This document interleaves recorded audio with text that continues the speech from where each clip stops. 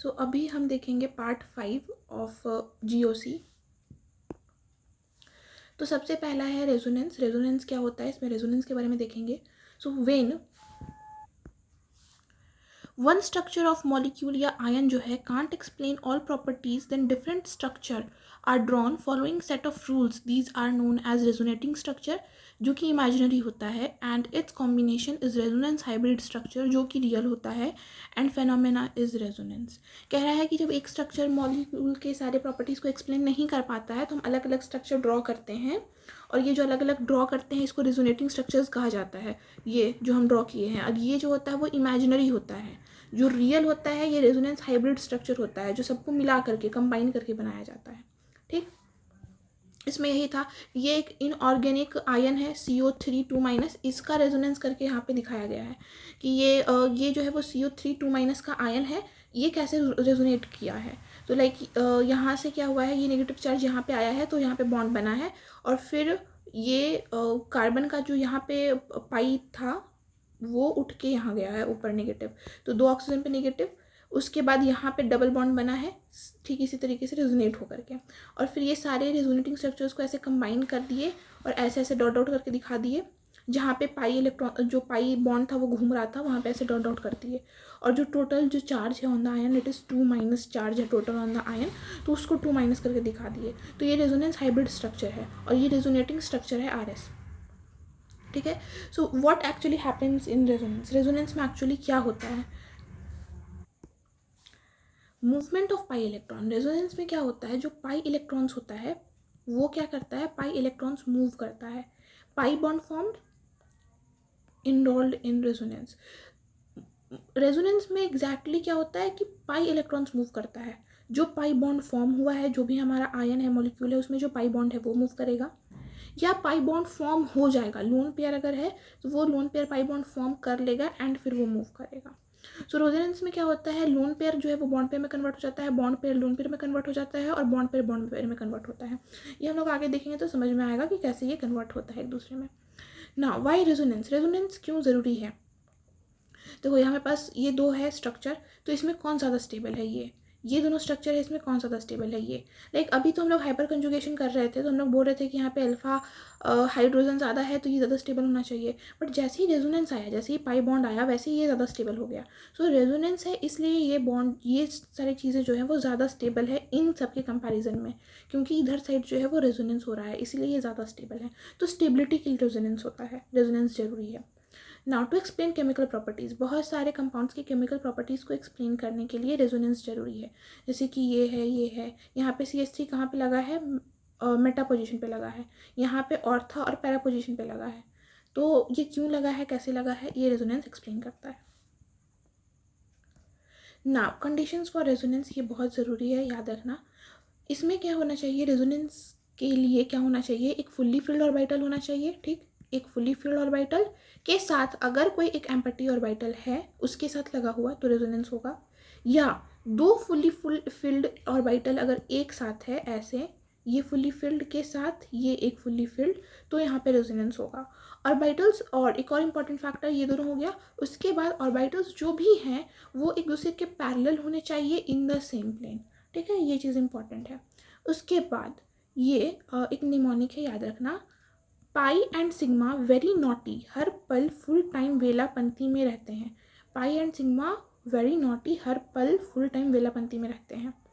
ठीक है, तो इसका मतलब क्या है कि पाई और सिग्मा, V से वेकेंट ऑर्बिटल, N से नेगेटिव चार्ज, H से हेट्रो एटम।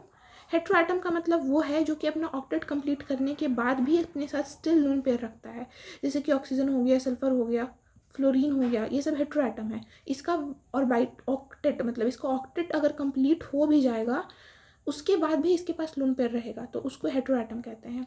फिर H से हेट्रो एटम, P से पाई बॉन्ड, F से फ्री रेडिकल। ठीक, और तो यहाँ पे हमें बताया गया है कि अगर मान के चलो हमारे पास पाई है, पाई बॉन्ड है, फिर सिग्मा है, पाई है, फिर सिग्मा है, फिर वेकेंट है, फिर पाई है, सिग्मा है, नेगेटिव चार्ज है, फिर पाई है, सिग्मा है, हेट्रो एटम है, फिर पाई है, सिग्मा है, पाई बॉन्ड है, फिर पाई है, सिग्मा है, फ्री रेडिकल है।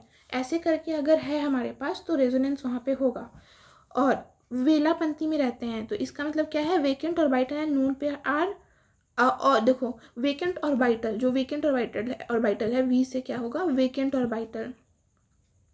और जो हमारा लोन पेयर है, लोन पेयर को नेगेटिव भी कह सकते हैं या उसको फुल्ली फिल्ड ऑर्बिटल भी कह सकते हैं, दोनों, ठीक है। लोन पेयर, नेगेटिव या फुल्ली फिल्ड ऑर्बिटल सब एक ही है। तो वेकेंट ऑर्बिटल और लोन पेयर, ये वेकेंट है हमारे पास और ये लोन पेयर है। अगर ये दोनों एडजेसेंट है तब पर भी क्या होगा, रेजोनेंस होगा। और इसको इनऑर्गेनिक केमिस्ट्री में इसका एक और एक्स्ट्रा नाम है, डेट इज बैक बॉन्डिंग भी कहते हैं इस चीज़ को। तो उसी के ऊपर यहाँ पे बहुत सारा क्वेश्चंस है रेजोनेंस के ऊपर पे। तो यहाँ पे रेजोनेंस होगा बिकॉज यहाँ पे देखो पाई है, सिग्मा है, positive charge, it is vacant orbital, ठीक है। पाई सिग्मा वेकेंट ऑर्बिटल, तो यहाँ पे रेजोनेंस होगा। उसी रेजोनेंस को करके दिखाया गया है।